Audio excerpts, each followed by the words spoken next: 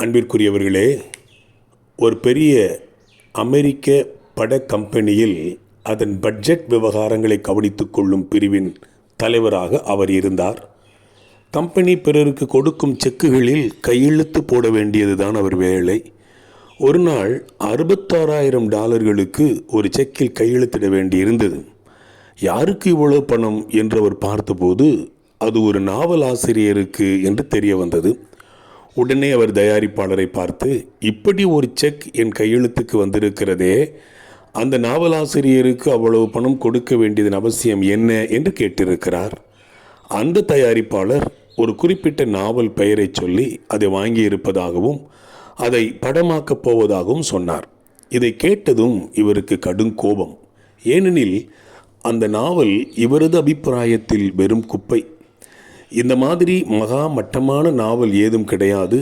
பணத்தை கிணற்றில் கொட்டாதீர்கள், இதில் கையெழுத்திடும்படி என்னை வற்புறுத்தாதீர்கள் என்று இருக்கிறார். தயாரிப்பாளர் சும்மா இருப்பாரா? அவருக்கு இதை கேட்டதும் கோபம் வந்துவிட்டது. செக்கில் வெறுமனே கையெழுத்து போடுவதை தவிர உனக்கு எழுத்தை பற்றியோ நாவலை பற்றியோ என்னையா தெரியும்? உன்னால் ஒரு சின்ன கதை எழுத முடியுமா? பெரிதாக இந்த நாவலை விமர்சனம் பண்ண வந்து விட்டாயே என்று இருக்கிறார். உடனே இவருக்கு ரோஷம் வந்துவிட்டது. இந்த நாவலை விட சிறப்பான நாவல் ஒன்றை எழுதி காட்டுகிறேன் என்று சவால் விட்டிருக்கிறார்.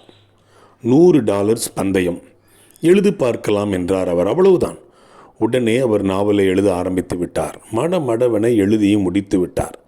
பிரசுரத்திற்கு ஏற்கப்பட்டது. நாவல் வெளியானது. அமோக ஆதரவு பெற்றது. அதன் வெற்றி தந்த உற்சாகத்தில் இன்னும் பல நாவல்களை எழுதி குவிக்க ஆரம்பித்து விட்டார்.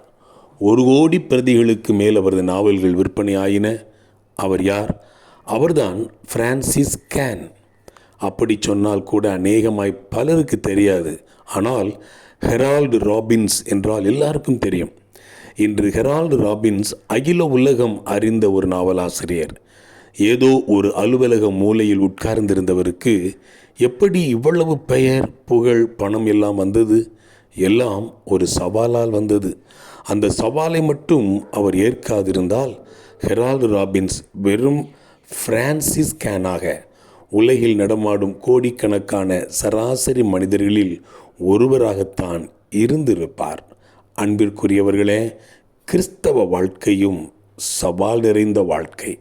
கர்த்தராகிய இயேசு கிறிஸ்து சொல்லுகிறார், நீங்கள் சவால்களை ஏற்றுக்கொண்டவர்கள்.